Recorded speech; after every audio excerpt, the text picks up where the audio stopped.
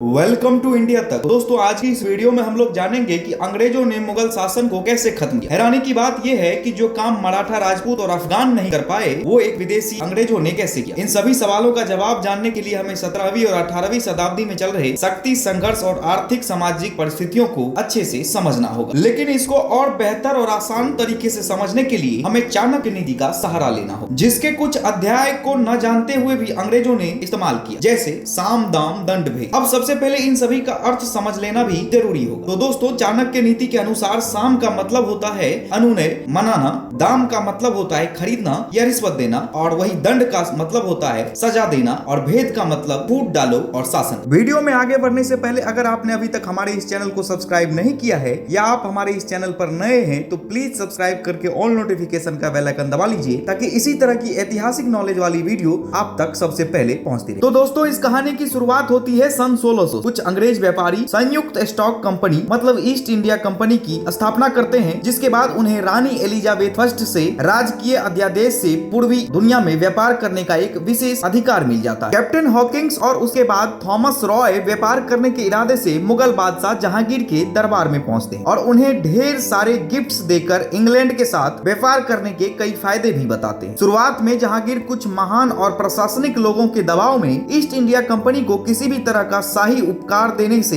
इनकार कर देते हैं, लेकिन अंग्रेजों के निरंतर मनाने से मुगल शासक को व्यापार और टैक्स कलेक्शन में होने वाले फायदे को देखते हुए अंततः जहांगीर उन्हें विशेष अधिकार दे देते हैं, जिसे हम चाणक्य नीति में साम कहते हैं। अब शाही फरमान के मुताबिक वार्षिक भुगतान के बदले पूरे मुगल साम्राज्य में कारखाना खोलने और व्यापार करने की अनुमति मिल जाती है। शाही फरमान मिलते ही अंग्रेज एक एक कर सूरत, बॉम्बे, मद्रास, कोलकाता, पटना आदि जगहों पर अपने कारखाने लगा देते हैं। धीरे धीरे कानूनी शासन और बेहतर कॉन्ट्रैक्ट की वजह से इन कारखानों के आसपास शहर फूलने फलने लगता है, और इसी के साथ दूर दूर के भारतीय व्यापारी और बैंकर्स इन शहरों की तरफ अट्रैक्ट होने लगते हैं। तभी अंग्रेजों की महत्वाकांक्षा भी बढ़ने लगती है। जहाँ पहले उनकी रुचि सिर्फ और सिर्फ व्यापार करने में थी, वहीं अब उन्हें लगने लगता है कि राजनीतिक शक्ति को कब्जा करने से उनका व्यापार करना और ज्यादा आसान और फायदेमंद होगा। इसी लालच के चलते अंग्रेजों द्वारा सन 1686 एडी में औरंगजेब के खिलाफ जंग छेड़ दिया जाता है, लेकिन औरंगजेब के सेना के सामने अंग्रेज सेना टिक नहीं पाती है और बुरी तरह से हार जाती है, जिसके बाद अंग्रेज अच्छी तरह ये समझ जाते हैं कि ताकतवर मुगल साम्राज्य को हराने के लिए साम, दाम, दंड, भेद का भी इस्तेमाल करना पड़ेगा। इसलिए इस लड़ाई के बाद अंग्रेज सबसे पहले औरंगजेब के सामने हाथ जोड़कर माफी मांगते हैं, साथ ही आगे ऐसी गलती न दोहराने की कसम उनके सामने खाते हैं। तब औरंगजेब द्वारा भी भारतीय शिल्पकार और आर्थिक रुचि को ध्यान में रखकर 15,000 का जुर्माना लगाकर अंग्रेजों को माफी दे दी जाती है। यही माफी अंग्रेजी ईस्ट इंडिया कंपनी के लिए बहुत ही महत्वपूर्ण जीवन रेखा साबित होती है। औरंगजेब की मृत्यु के बाद सन 1707 से 1717 तक उत्तराधिकार संघर्ष शुरू हो जाता है और कई कमजोर शासक के गद्दी संभालने की वजह से मुगल साम्राज्य का पतन होने लगता है, जिसका सीधा फायदा अंग्रेजों को होता है। अब आगे समझते हैं कि अंग्रेजों ने इस शक्ति संघर्ष का फायदा कैसे उठाया। कमजोर उत्तराधिकारी की उपस्थिति में मुगल राज्यसभा साजिश और शक्ति का गढ़ बन जाती है। सन 1717 में ऐसी नाजुक स्थिति में फारूक सियार के द्वारा अंग्रेजों को एक शाही फरमान जारी किया जाता है, जिसके अनुसार एक सालाना भुगतान के बदले ईस्ट इंडिया कंपनी पूरे मुगल साम्राज्य में शुल्क मुक्त व्यापार कर सके, जिसके अंतर्गत अंग्रेज अपने सामान पर शुल्क मुक्त व्यापार की अनुमति दे सकते थे, जिसका मतलब था कि कोई भी स्थानीय शासक अतिरिक्त कर नहीं लगा सकते हैं। लेकिन अंग्रेज इस शुल्क मुक्त व्यापार व्यवस्था का गलत उपयोग करने लगे। ये बात बंगाल के नवाब को रास नहीं आई और उन्होंने अंग्रेजों को इसका गलत उपयोग करने से रोक दिया। साथ ही बंगाल में बने कारखानों को मजबूत करने से भी रोक देते हैं। और इन्हीं सबके बीच पर्सिया के शासक नादिर शाह पर्सिया को बदहाली से निकालने के लिए सन 1739 में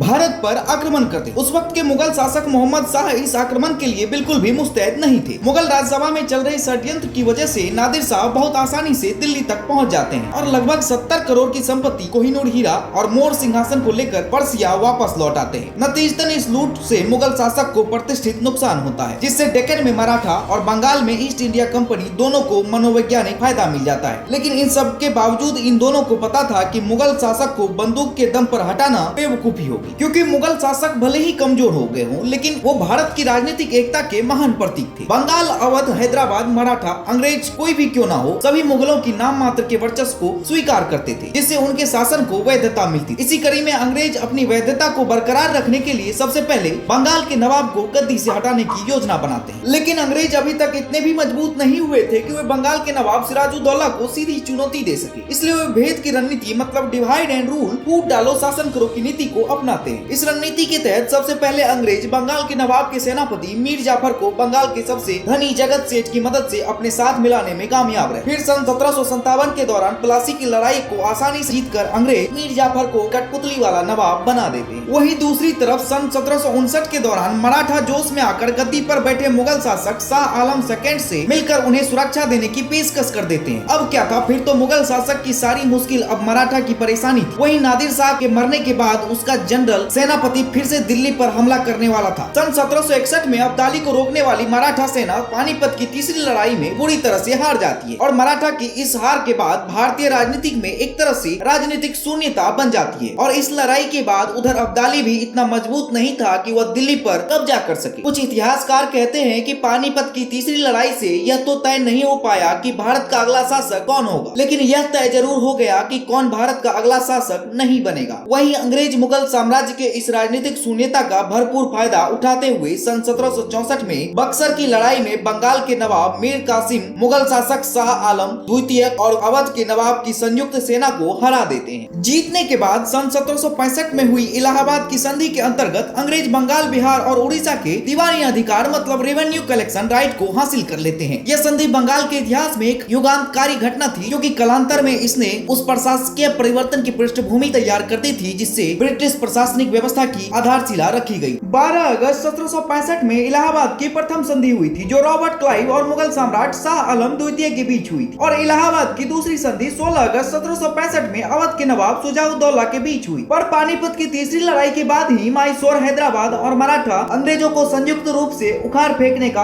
अंतिम प्रयास करते हैं। लेकिन अंग्रेज अब तक साम दाम दंड भेद की नीति लागू करने में माहिर हो चुके थे। इसी नीति को अपनाते हुए अंग्रेज सबसे पहले मराठा सरदार के बीच चल रहे आंतरिक शक्ति संघर्ष को उपयोग करते हुए एक ही कर आंग्लो मराठा युद्ध में सिंधिया, भोसले, होलकर और गायकवाड़ को अलग कर देते हैं। किसी से दोस्ती तो किसी से दुश्मनी करते हुए अंग्रेज मराठा को अलग अलग युद्ध में जीत लेते हैं। इसी तरह धीरे धीरे सिंधिया और भोसले लॉर्ड वेल्सली की सहायक गठबंधन स्वीकार कर लेते हैं, जिसके अंतर्गत अंग्रेजों द्वारा रियासतों को बाहरी खतरों से बचाने के लिए सेना दी जाती थी, अधिक मुद्रण। और दूसरी तरफ हैदराबाद के निजाम को रिश्वत देकर अंग्रेज विरोधी संगठन के दूसरे खंबे को भी तोड़ देते हैं, जिसके कारण मैसूर के शासक टीपू सुल्तान अकेले पड़ जाते हैं। और बहुत ही बहादुरी से लड़ने के बावजूद 1798 से 1799 में हुए चौथे और अंतिम युद्ध में टीपू सुल्तान वीर गति को प्राप्त हो जाते हैं। यहाँ तक तो हमने राजनीतिक रणनीति को समझ लिया, लेकिन सामाजिक आर्थिक रणनीति में भी अंग्रेज मुगल से आगे रहे। तो चलिए समझते हैं कैसे। 18वीं शताब्दी की सभी राजनीतिक शक्तियों, चाहे मुगल हो चाहे मराठा, सबके सब पुरानी पारंपरिक प्रणाली का ही पालन कर रहे थे, जिनके अधिकांश रेवेन्यू सोर्स किसान ही थे। वहीं अंग्रेज बेहतर व्यापार, भू राजस्व प्रणाली और कानूनी शासन सहायता से भारतीय जनसंख्या के कुछ भाग की ईमानदारी हासिल करने में सफल हो जाते हैं। उदाहरण के तौर पर लॉर्ड वारेन हेस्टिंग के पूर्वी दृष्टिकोण के कारण भारतीय समाज का उत्कृष्ट वर्ग उनके अनुयायी हो जाते हैं। और दूसरी तरफ सन 1793 के भू राजस्व और अस्थायी बंदोबस्त की व्यवस्था की वजह से कुछ जमींदार और साहूकार भी उनके खास बन जाते हैं। और फिर लॉर्ड कॉर्नवालिस के द्वारा किए गए अदालती और पुलिस सुधार, साथ ही लॉर्ड विलियम बेंस्टिक के द्वारा अंग्रेजी को उच्च न्यायालय की भाषा बनाकर मुगलों को विस्थापित किया जाने लगता है। दोस्तों, इसके अलावा 19वीं शताब्दी के दौरान अंग्रेज द्वारा शैक्षणिक और सामाजिक बदलाव की वजह से राजा राम मोहन राय और ईश्वर चंद्र विद्यासागर जैसे समाज सुधारक उनके समर्थक बन जाते हैं। 1857 की क्रांति आते आते कुछ ऊंची जाति के जमींदार, प्रिंसली स्टेट के राजा, शहर में रहने वाले अभिजात वर्ग और अंग्रेज सेना में शामिल कुछ उस वक्त के अछूत जाति में आने वाले लोग अंग्रेजी हुकूमत के छुपे हुए गढ़ बन जाते हैं। इसी औचित्य पूर्णता के कारण अंततः सन 1857 में अंग्रेज असभ्य तरीके से मुगल वंश को खत्म कर देते हैं और अंतिम मुगल शासक बहादुर शाह जफर को गिरफ्तार कर रंगून भेज देते हैं। साथ ही मेजर विलियम हेडसन सारी हदें पार करते हुए बहुत क्रूर तरीके से अंतिम मुगल राजकुमारों को मौत के घाट उतार देते हैं। दोस्तों, जिस जगह पर ये सब हुआ उस जगह को आज भी खूनी दरवाजा के नाम से जाना जाता है। तो दोस्तों, ये थी कहानी ब्रिटिशर्स ईस्ट इंडिया कंपनी ने कैसे मुगल साम्राज्य को खत्म किया और भारत पर अपना आधिपत्य कैसे जमाया। इस विषय में आपकी क्या राय है, हमें कमेंट करके जरूर बताएं। मुझे आपके कमेंट का इंतजार रहेगा।